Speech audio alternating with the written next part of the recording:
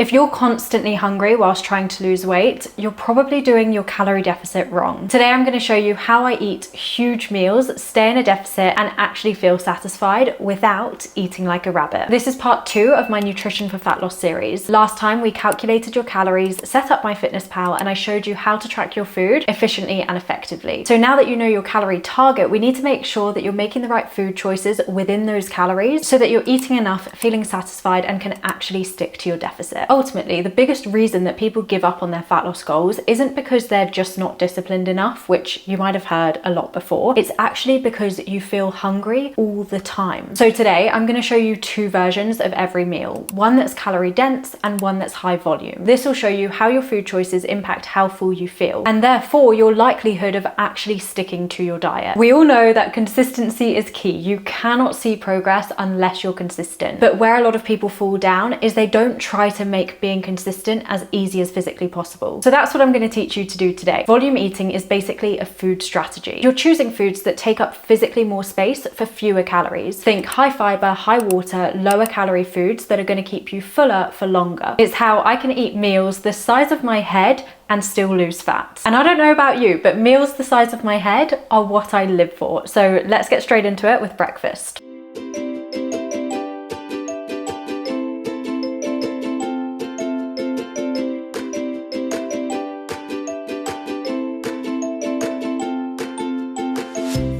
Okay, so a typical breakfast you might have when you're dieting, I know I definitely have in the past, is granola with some milk. It feels healthy and it's a relatively small portion, which makes you think this is going to put me on the right track for dieting. Because we hear so much about cutting back on portion sizes, this feels like a good option. But the problem with this is it's pretty much all carbs and fats, there's no protein, and it's also going to be gone in about 10 bites if you're anything like me. So instead, what we're going to do is we're going to swap out the milk for some Greek yogurt. We're going to reduce the amount of granola that we've got, but we're also going to add in some berries. The Greek yogurt is going to give us loads of protein, the berries are going to give us fiber, and that means that we're going to stay full for so much longer. And also, even just looking at the 2 separate meals, you know that this one's going to fill you up more because there's just more of it. So on top of the better balance that this meal provides, it's also just going to make you feel more full because there's physically more of it to eat. More time spent eating, more satisfaction. And by the way, both of these meals are 359 calories. So they'd make the exact same dent in your calorie target, but one of them is going to leave you feeling far fuller and therefore less likely to need a snack between now and lunchtime. Now I'm going to go and eat this for my breakfast and I'll see you at lunch. It's a few hours later now and I literally have not been hungry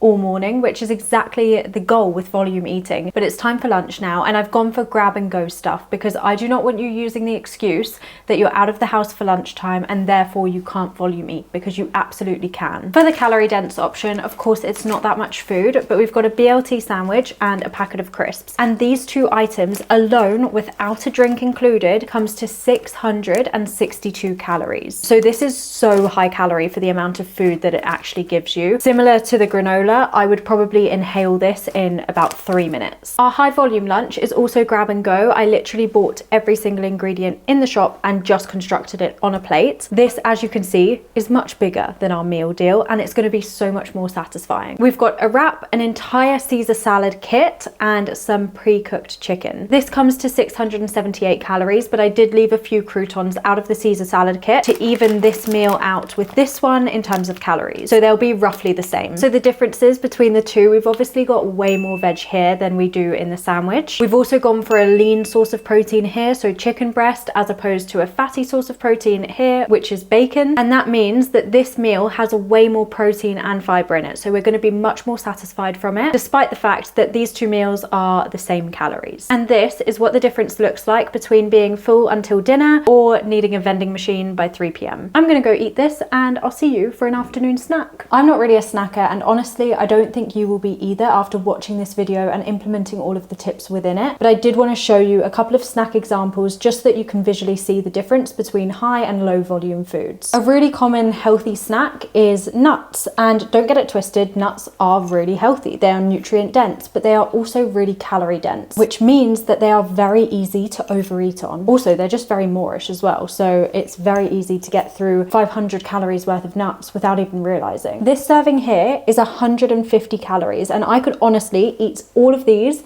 in one mouthful. Swap them out though for cucumber and hummus and you still get the healthy fats in the hummus, but you get far more food for the same number of calories. And these two snacks perfectly illustrate a key concept that you need to understand with volume eating, which is calorie density. Calorie density is essentially the number of calories per gram in food. So if you're ever unsure of whether a food is high or low volume, all you need to do is divide the number of calories in that food item by the serving size in grams, and that will tell you how calorie dense the item is. There isn't a particular number when it comes to calorie density that separates food items into high density or low density foods, but let's just use our peanuts and our cucumbers as an example here. 25 grams of peanuts is 154 calories, so its calorie density is 6.2. That's for every 1 gram of peanuts you have, there are 6.2 calories. Whereas 200 grams of cucumber is 30 calories, so its calorie density is 0.15. For every 1 gram of cucumber you eat, you have 0.15 calories. So naturally, when you do this calculation, the higher the number, the more calorie dense that food is, and the fewer calories you'll get for the physical amount of food. So in these examples, there is a huge difference, and that's why you can have so much more cucumber than peanuts for the same number of calories. Same calories, completely different serving sizes. And just like that, it's dinner time, and we are going for everyone's favorite dinner, pasta. So these two meals look fairly similar, but this is just a lot bigger. And guess what? They are the same calories. Here we have a creamy tomato pasta with bacon lardons and normal cheddar cheese. And here we have the same amount of pasta, but this time the sauce is tomato and basil based with no added cream. We've got turkey meatballs, loads of veg, light cheddar cheese, and slightly less of it. Both meals clock in at around 580 calories, but this one is higher in protein, much bigger, a lot more colorful, and will leave you feeling far more satisfied. So that is a full day of eating, showing you exactly how you can have the same number of calories but completely different satisfaction levels just by making a few strategic swaps. And before I leave you to go and implement all of this stuff yourself, there are 5 key takeaways that I want you to ingrain in your memory. Firstly, volume over restriction. When you're trying to lose fat, it is very easy to get into the mind frame of I need to eat less, but I want you to flip the script for yourself and think, how can I eat as much as physically possible within my calorie target? Secondly, protein and fiber are the key to hunger control. Make sure every single meal you have